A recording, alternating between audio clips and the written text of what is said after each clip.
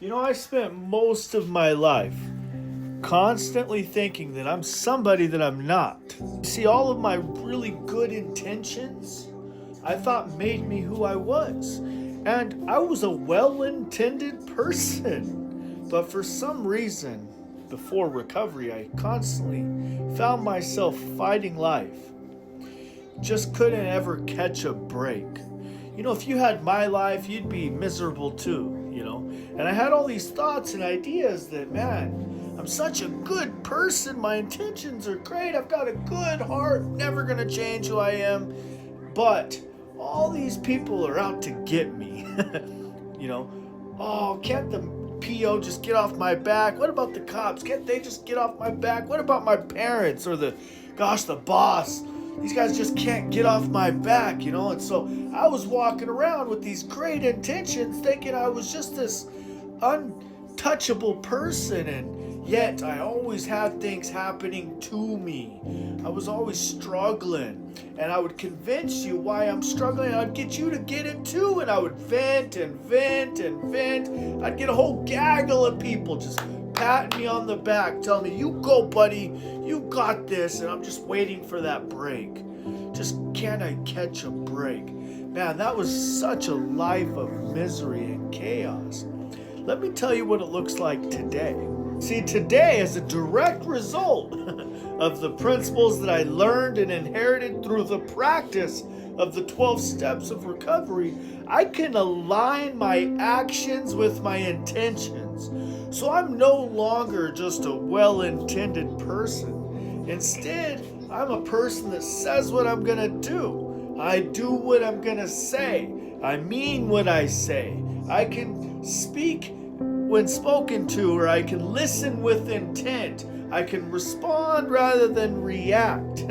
These are just absolute beautiful principles.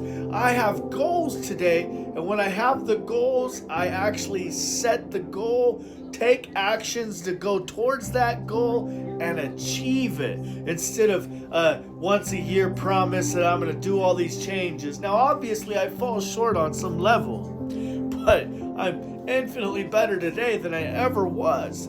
And because of those actions, I get to find true peace and happiness. I'm no longer waiting for the shoe to drop. I'm no longer blaming my circumstances or those around me. I'm no longer a victim of circumstances. I no longer have excuses. Instead, I get to take a look at who I truly am through the step process, right? I get to surrender in step 1, come to believe that a power outside of myself can restore me to sanity, right? That's not religion. I'm just saying, you know what? I see these miracles all around me. I see the success and the smiling faces. I believe that whatever's working in their life can work in my life too. And then I get to do step 3 and just surrender and just say, "God, please take my will in my life. Show me how to live," right? And I get to wake up in the morning and just make that decision without any religious concept. I just have this idea, this willingness, this mustard seed of faith that says, you know what? I've done enough damage.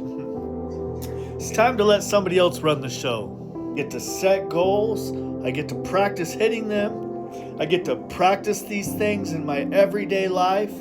I get to apply the program and the principles behind the steps in my everyday life. Because rather than just reading the directions and thinking about it, I get to take the directions. In step 4, I get to do some investigation, a discovery process, seeing who I'm not.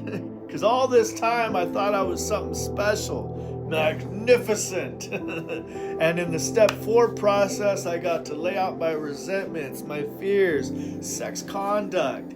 and I got to see the truth about them, right?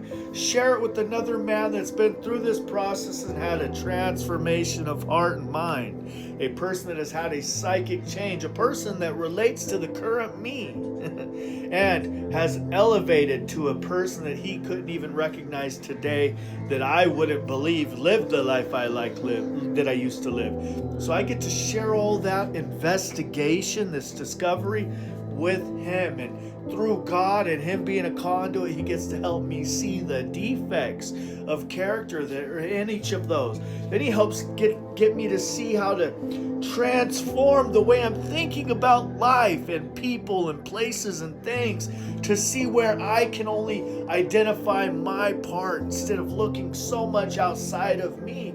Therefore, I get to make amends to most of those people. By the time I follow this process, as the book says, before I am halfway through, I'm going to enter the world of the Spirit.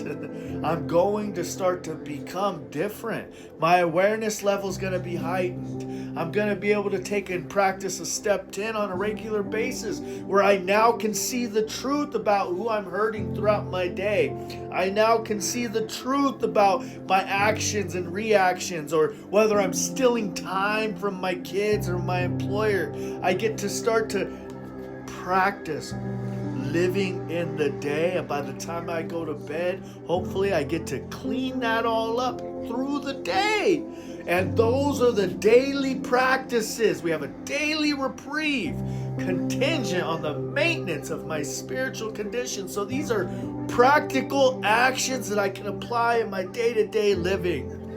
And when I do that, I'm going to learn to be able to actually listen with intent. Like I said earlier, I'm going to be able to actually set these life goals and achieve them.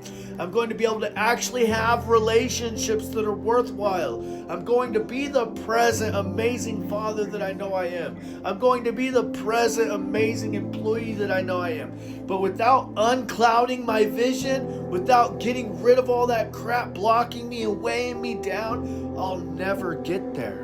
I'll never get there. I'll go right back to constantly thinking that I'm somebody I'm not. I'll go right back to the good intentions and fighting my way through this and all these philosophies. But I'll come right back home to my miserable self like I always did. And then I get to go to bed, and I get to make sure that I've taken notice of my day and make amends promptly when needed, and see what I can do to serve those others or whatever. And then I can move into the morning where I wake up and thank God for another day. Ask him to help me plan it out, right? Please show me how to live. Show me what I could pack into the stream of life. Show me what I could do to become better, right? Go clean up that mess I might have made the day before. That's why it starts in the evening, not in the morning. And I get to start to live with purpose and intention, right? Now I'm a well-intended person that knows how to take actions.